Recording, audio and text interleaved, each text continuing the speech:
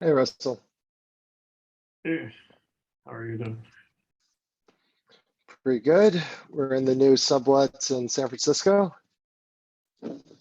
San Francisco.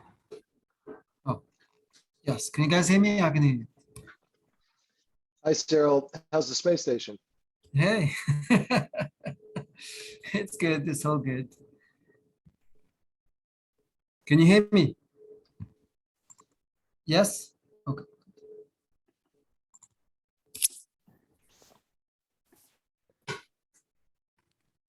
I just dropped my dad off at the airport. He was visiting his new granddaughter over the weekend. Kind of fun. Oh, that's good. That's great.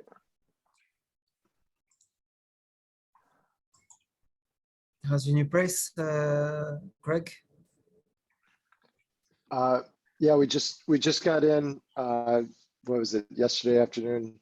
I'm still a little jet lagged because we were delayed like 3.5 hours for an electrical issue with the plane. But the place is gorgeous. There's like a big cedar tree and a big palm tree in the backyard, and you can walk to all the coffee shops of the mission. And it's got the like people that were subletting for, unlike our previous subletters, like have books and art and stuff. And so it's like much more our speed, and a good L-shaped couch. That's always nice.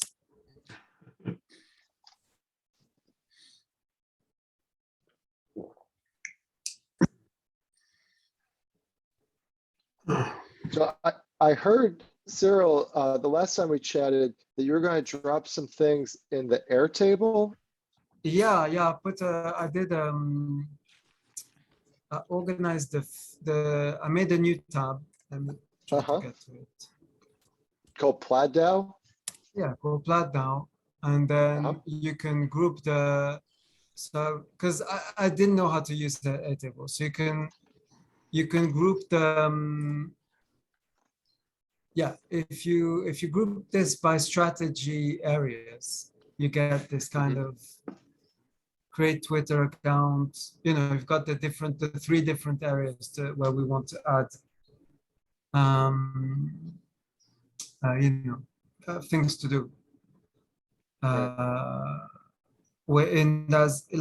If we use those 3 different, community management, structure of entity, and technology stack as the 3 main driving forces towards building this, I think that makes a lot of sense.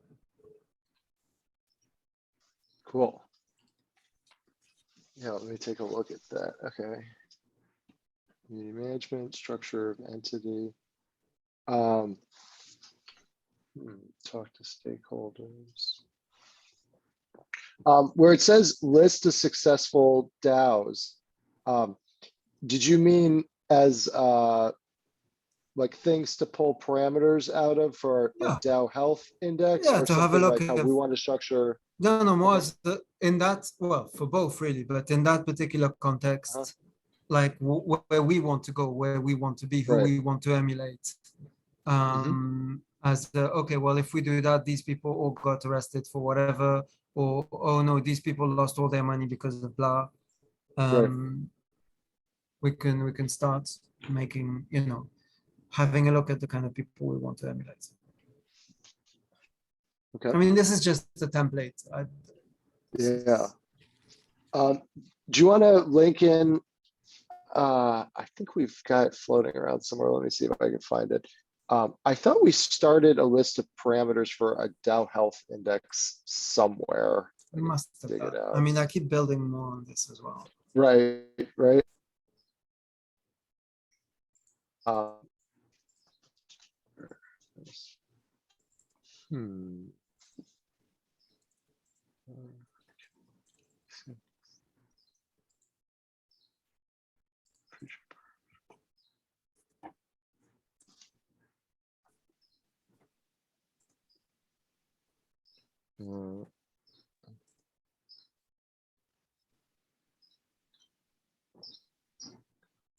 Maybe it's linked in one of the docs. If you find it, please go ahead and attach it to, I guess it would be in well, I guess the attachments section. Or no, it wouldn't be in attachments because the Be a way, link. right.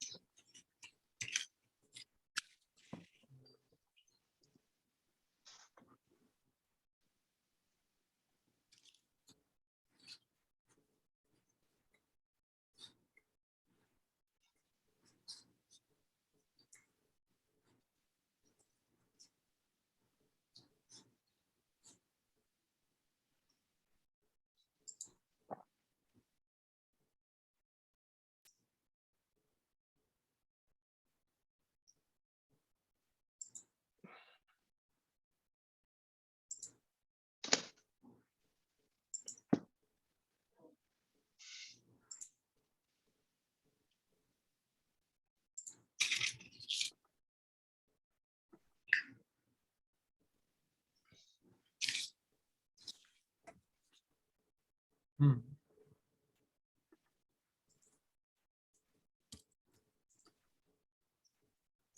Okay, I've got a small list in the long document. Number of wallet holders, voting statistics among voting numbers, number of levels of token holding, governance. But yeah, that's a Can you small list. can you drop a link to that? Well, that's the giant document that we've been built. That's like 50 Oh, it's in the pages. it's embedded in it. That's why I couldn't find So a what we separate can spreadsheet. do, so how about this? How about I create, you know, maybe either a new Excel document or with, not Excel, you know, this Google.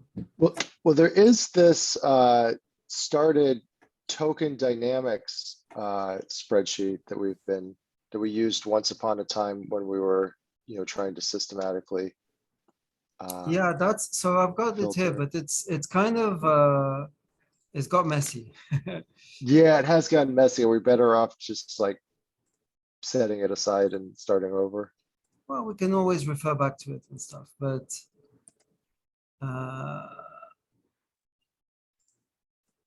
because there's some good stuff in there. Yeah. But I guess we can always make a new one.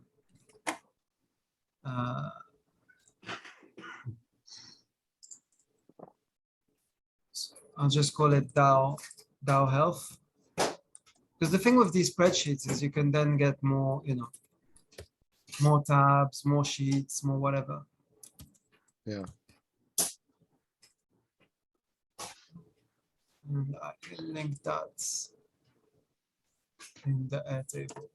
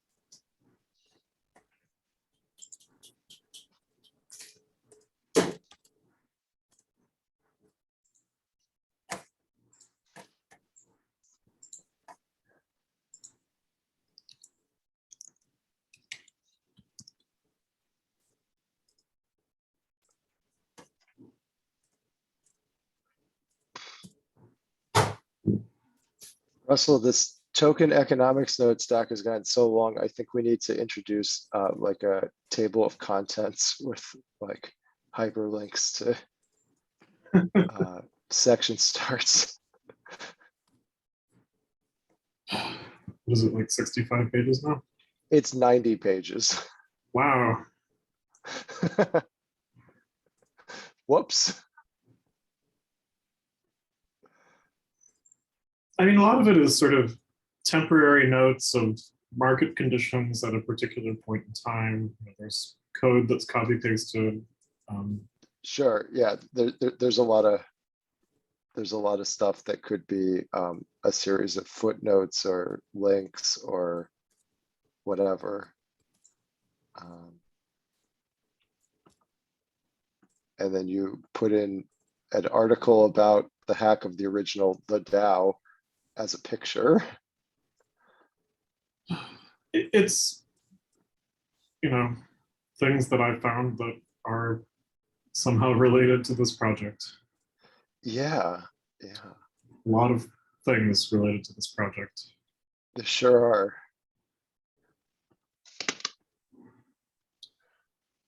I wonder how long it'll take for us to make money on this project. Well, while I was scrolling down, I reread towards the top, I suppose when we were just getting going with this, I posted Mark Helfman of Crypto is Easy podcast, his 8-step guide to launching a shitcoin. And I'll just remind everyone how straightforward it is. And like, I think, can we confirm that at least in the months we've been looking into this, we haven't discovered that anything not covered by his 8 steps is true. Number 1, call yourself a DAO, release a white paper touting DeFi, decentralization, governance, etc. Number 3, make a token. Number 4, launch the token as tradable with well-known crypto that provides an easy fiat off-ramp. Number 5, offer huge staking rewards to early adopters, ellipse, pay the rewards in your token. I think that's the genius move. 6, give free tokens to influencers. Maybe what's an influencer? Step 7, allocate a huge portion of the tokens to the founders and key advisors. Step 8, constantly release new tranches of tokens.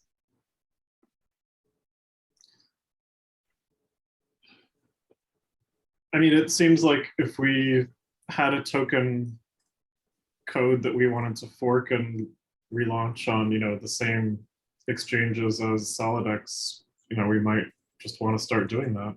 If you look at the exchanges that SolidX did launch on at $30 a token, they're nothing special. It's the MEX exchange, the Spooky Swap exchange, the Hotbit exchange, and the Juby exchange. Great. Yeah, I mean, maybe you can get those exchanges to host your token by giving them tokens of your own thing, and they'll just be like, yes, we would love to host your token. Actually, I'm glad that you bring that up. That reminds me, Cyril, in this 3-group structure for Plaid DAO in the Airtable, where do we put, which section would check the launch requirements for an exchange go? That's technology stack. That's technology stack. Okay, great. Then that sounds like a identify launch requirements, target exchanges. Because Russell, correct me if I'm wrong, if I'm misremembering this, but I believe we did look at, maybe it was because it wasn't just an exchange, but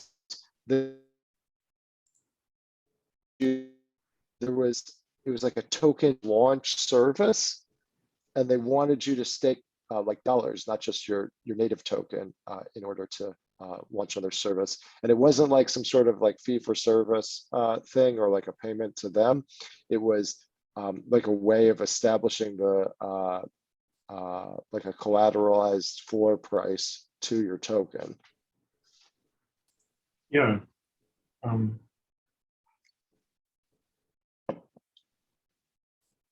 So actually, that makes me want to put our DAO health index in the same Yes Messy book as the token dynamics book, because there may, yeah, there may be some stuff that we want to reuse here.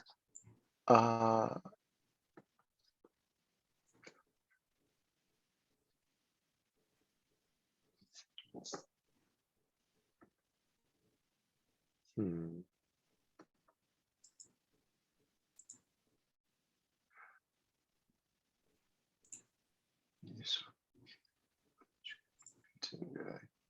Oh, that's interesting. Cyril, do you have a link to the Airtable, or is it in the chat here? I'll just drop it in the chat.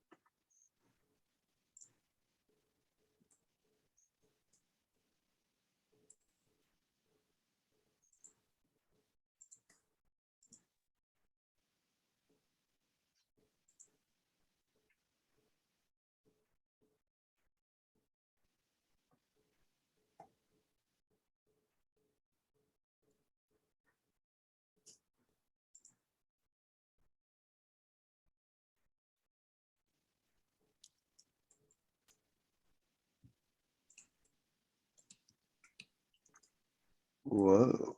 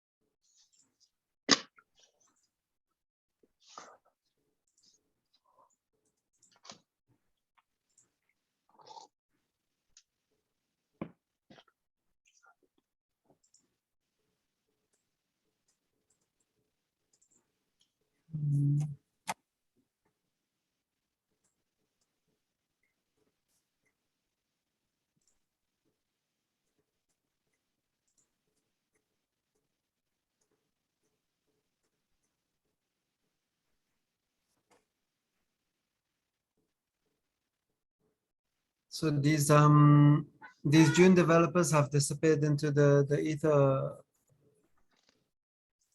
Also, Look, I mean, they DM'd me on Discord. You know, they never committed to do anything. I think they just, you know, it wasn't Messing with. it wasn't a serious inquiry. Really. Fair enough. Any other leads you've identified?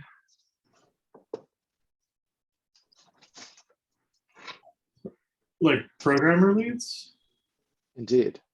Like since we've established that these two couple of guys either didn't like the stage we were at, or something about the proposal, or had other interests, or were just, as you say, just dancing around Discord, like chatting to people, and wandered off. Have you had an opportunity to chat to anyone else?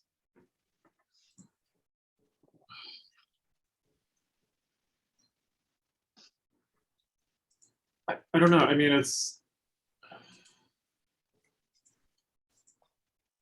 there are so many DAOs these days. It's kind of hard to, you know, I'm a member of 25 DAOs on Discord that are, you know, doing something or other. Right. I mean, not that I'm doing much with these, you know, mostly it's just weird memes and noise and who knows what the hell's going on. Yeah, the crypto world is very noisy. How about you, Greg? Do you want to? Do you feel like you can try to hustle up a developer or do an analytics? It's not going to be this week. Yeah. That's why I ask that. We landed yesterday. There are like still things for the house I need to get sorted. It's not a moment where I'm going to be like jumping in the discords, tracking down developers. I think if anything, unless you think that the prioritization order is the other way, if I manage to carve out some time for something, it'll be extending that section in where the hell is it? It's not in the governance. No, that's the wrong doc. That like governance rebuild that we started. There's like a piece of it that I want to extend. Where the hell is it?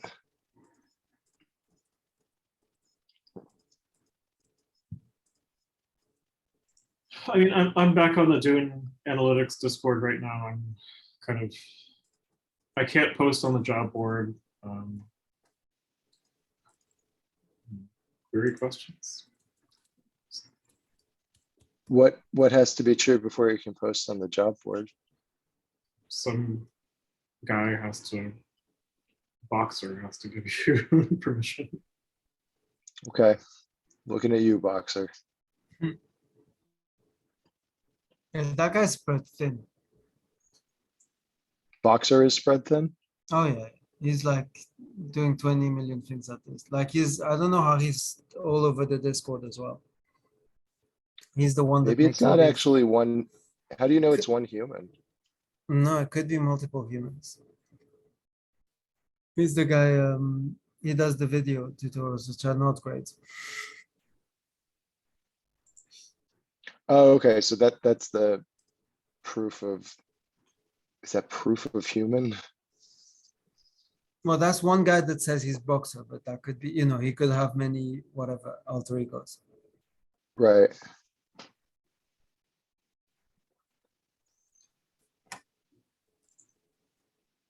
It looks like Yeah, there's in terms of the net, Go ahead, sir. no, I was gonna say in terms of the metrics for DAO health, then definitely we can just look what, you know, how other, you know, all those organizations, they pick the, you know, the 3 or 4 things that you can organize by. And we can just keep listing these things. Yeah.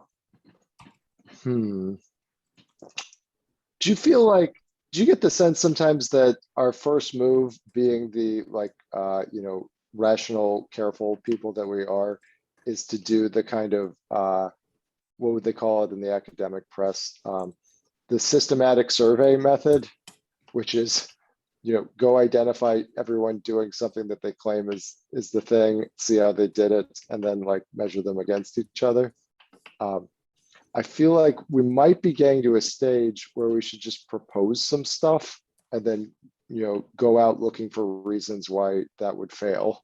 And if we like can't find any, then consider it a good idea. And to your point, Russell, about it's a lot of noise, is that, I'm trying to like fight the FOMO of, these like little kids are just, running ahead. We launched our token. We've got 10,000 people following us on Twitter now. We, whatever the metric of like, we exist in ways that are other than like the few of us core people have chats about the thing that we want to do. And I don't yet have a sense, and I don't believe I necessarily ever will, because like who could, of how frequently stuff is just blowing up in their faces because they like screwed up. But also that you look at a lot of these, the like more success, even the like very serious, successful people who went very methodically for the things that they built. They're not sticking around just to maintain that thing. They're like running off and doing the next thing. So I think there's like a certain comfort level with just like launch a thing and see what happens. And if it doesn't work, then launch something else. Well, there were definitely these web programmer guys in Brooklyn who had made one of these, I don't know, I think they did APY Vision, if you remember APY Vision, like the really purple looking one. That's different than API Finance. How? So they had, free, but they had a freemium model. It's I don't know what page it's on in the thing, but it's Yeah, but we noted them somewheres.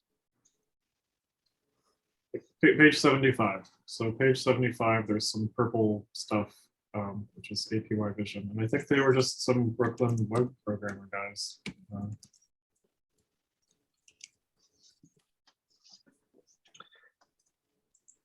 Token-based lifetime measurement.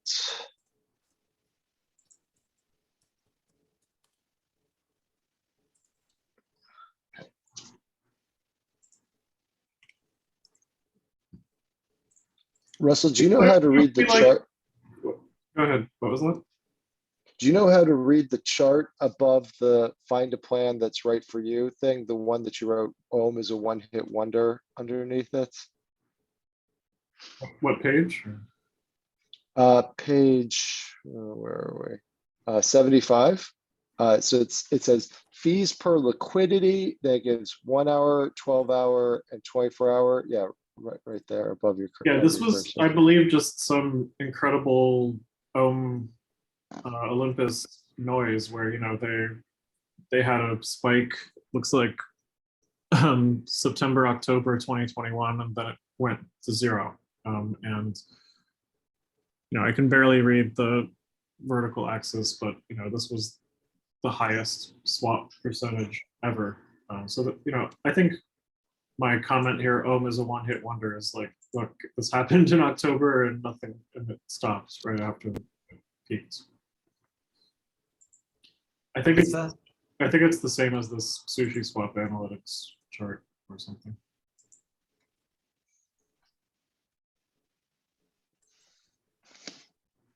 Time.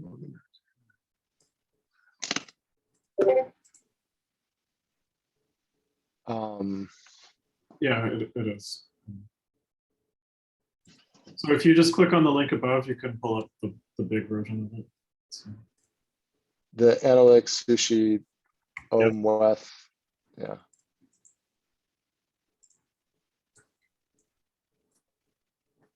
That's interesting.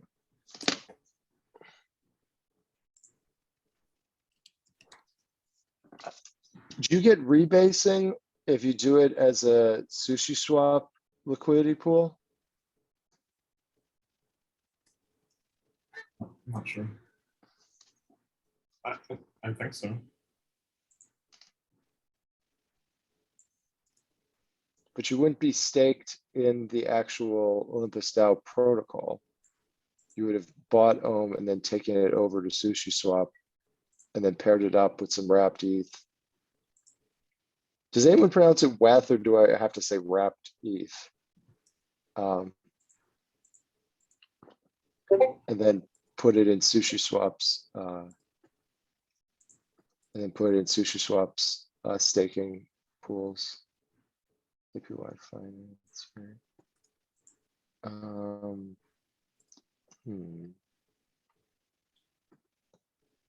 Well, that's interesting. Something to note here. I don't know if we put this in the Airtable or where. I like that there's an attempt to automate inclusion of impermanent loss as part of the ROI calculation. That's cool. So I guess that's in our wish list, right? That like we want to make this. We want to develop a website and an algorithm, and what did you say? Automate impermanent loss. Inclusion of impermanent loss in the calculation of ROI.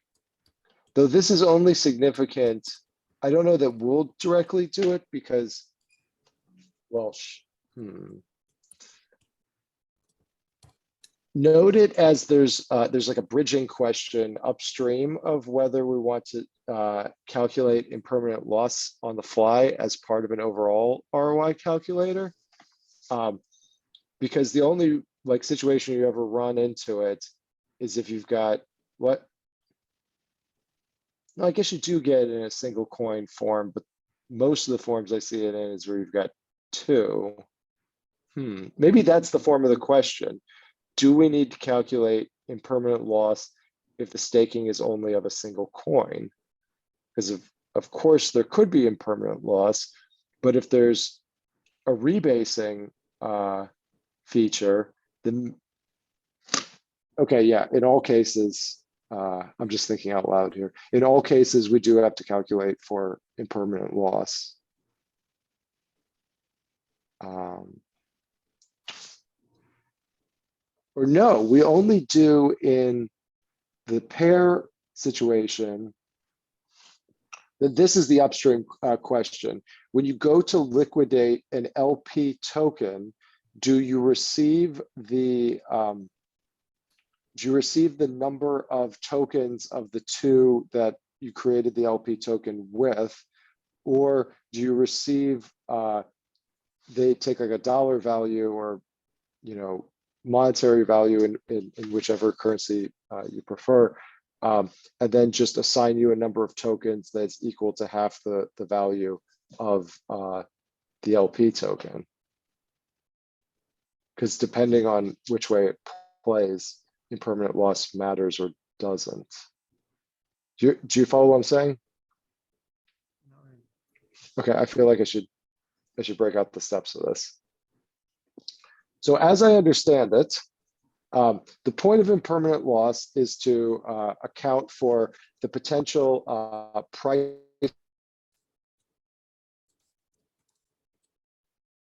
when you're in a situation where You broke down. like Sorry, my you're internet. Sorry, no, it's definitely on my end. Internet broke down. Am I better now? Is it more understandable now? So yeah. Start again. Okay, sorry. Yeah, I think we're discovering the limits of the Wi-Fi here. Seba is also on a call, and that's when it tends to fritz on me. But in any event, the point or the concept impermanent loss refers to you had a token, you chose to stake or bond that token, and so now if the price, and you won't have the exact number of tokens that you had when you staked, when you get out. So if the price of that token moves while you were staked or bonded, then you don't fully participate in the upside because you're in, in this case, I'm thinking it's a liquidity pool. token. I feel like I need a diagram for this. So this is the hypothesis, and this is what we need to validate. If when you pop out of your liquidity pool token, you receive back the exact number of the tokens in the two cryptocurrencies that you created the liquidity pool token with, then there's no meaning to impermanent loss, right? Because you have the same number of tokens as you started, and therefore whatever price action occurred to them in the period that you were staking or bonding, like you participated in. But since it's so common to need to calculate impermanent loss, which is to say that you don't participate in the price action of the cryptocurrencies that you created the liquidity pool token with, my guess is that when you go to liquidate or unstake or whatever the phrasing is, the liquidity pool token and break back into the two constituent tokens that you created from, that is, how do I put this, like a new trade. Like the value of that liquidity pool token is then traded out for an equivalent value, not number, value of the two constituent tokens. So here's maybe an example. You've got ETH and you've got Ohm. Just to make the math simple, let's assume that ETH is worth $3,000 on the day that you create this token, and that Ohm is worth $200. Mm-hmm. Great. So you had to have a 15-to-1 ratio, 15 Ohm for every ETH, because you have to have an equivalent amount of each two tokens into the liquidity pool token. And so let's just assume that you put what would have been at the time of creating it, $6,000 worth of liquidity pool token. Great, fine. In the intervening period, ETH goes to $3,500, Ohm drops to $150. There's a 10% APY on staking. So at the end, you have $6,600. Let's say you did it for a whole year.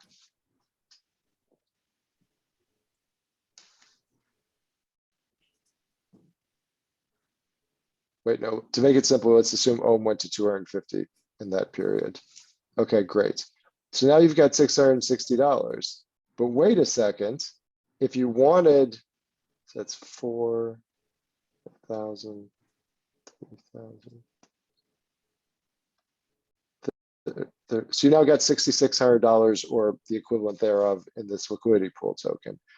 But because Ethereum went to $3,500 a token, and Ohm went to $3,750, or excuse me, went to $250 a token, then that means that if you just hold Ohm and Ethereum at $250, and so therefore your impermanent loss is $650. That means to me that when you liquidate, remember when we created the liquidity pool token, we had 15 Ohm and 1 ETH. Mm-hmm.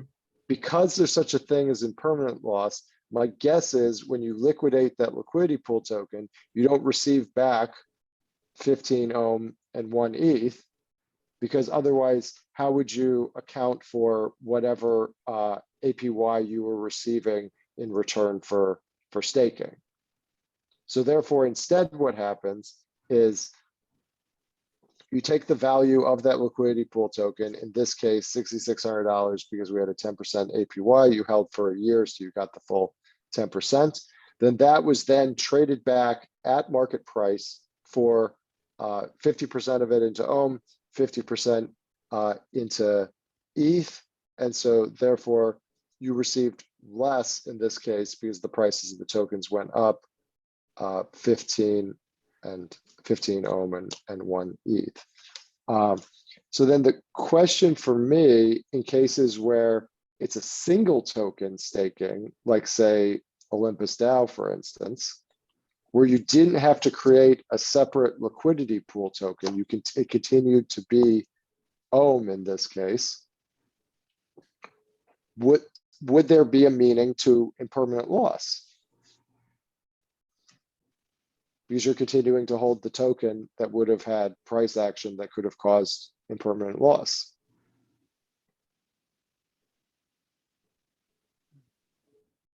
I feel like that's a hypothesis, and we should like dig into, like, say, the Olympus DAO paperwork to do it. Because also the answer to this question means that there's probably going to need to be multiple forms of staking and bonding, because we're going to need a bridge from Ethereum or Bitcoin or Vitalik, help us, Tether, something that which are, I don't know if you've noticed, Tether is now the third largest cryptocurrency by market cap. Oh shit. Which is a terrible danger to my lights. But in any event, in order for people to buy Plaid DAO token or Plaid token, or however we end up phrasing it,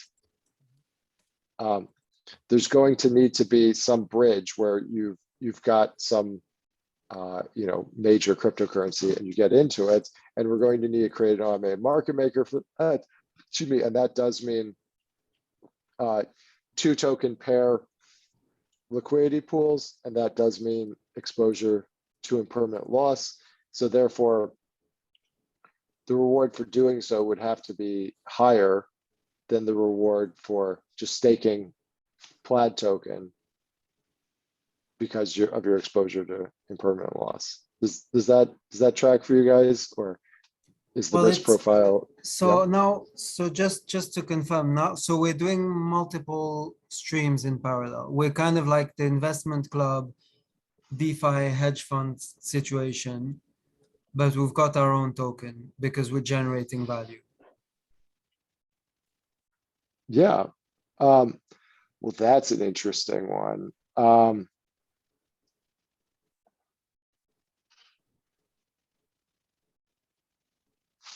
No, this would be the Mark Helfman move. Okay, this So is a the different only- scenario. Okay, we're back to a shitcoin type of situation. No, we're not back to a shitcoin. Okay. We're using the token to manage people's exposure to the risk pools, right? That we're not just asking them, like, why would we tell them like stake in Ethereum into each risk pool? Why wouldn't we create a native token and then say you need to stake that into each risk pool? Then we pay rewards in the native token. Okay, yeah, I'm getting it. Is that track to you, Russell? Is that introduced too much complication, or am I now disagreeing with something we agreed a week or two ago? I think you're right.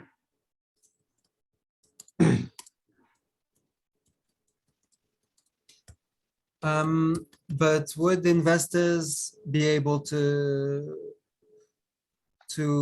kind of invest in pools without the need for our token, or they have to get our token to be able to invest? Into pools that are happening through our DAO? Yeah, where we're saying, listen, we've, using our fancy algorithm plus voting, we've determined that this kind of crypto mutual fund is the best one at the moment. Click here to acknowledge that you made the decision to invest in this. Do they have to bridge through our token, or can they just, I think I'm becoming slightly more absolutist the longer that I'm like hanging around DeFi, which is, I think at least at launch anyways, I won't speak to what will happen, 6 months later as there's a big group of DAO participants making all sorts of proposals and whatever.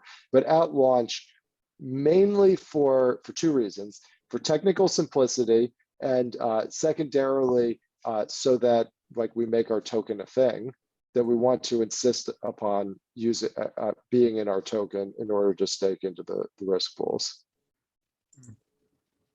Okay, fair enough. I mean, the other way to do it is say, stake it in, well, not anything you like, but you could also stake it in Ethereum, but we're going to pay you like a smaller proportion of the returns, or there's going to be, less, yeah, the incentives will be less strong. But that probably introduces a whole lot of technical complexity that like we don't want to introduce. No, I see what you mean. It kind of simplifies everything. If there's just a bridge, you buy Plaid token, and then you can start investing in the different pools. That makes sense. Right.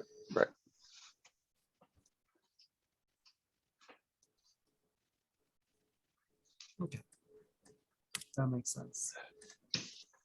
Okay, I've got to prep for another meeting, guys. So I kind of need to leave a little bit early, so apologies for that. What, just quickly, anything we want to prep for next session? I mean, apart from keep plodding along.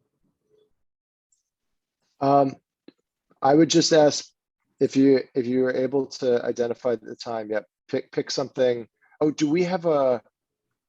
Yeah, we have an assignee column, so just pick something from the Airtable and go, hey, I'm gonna look into that. Okay. All right.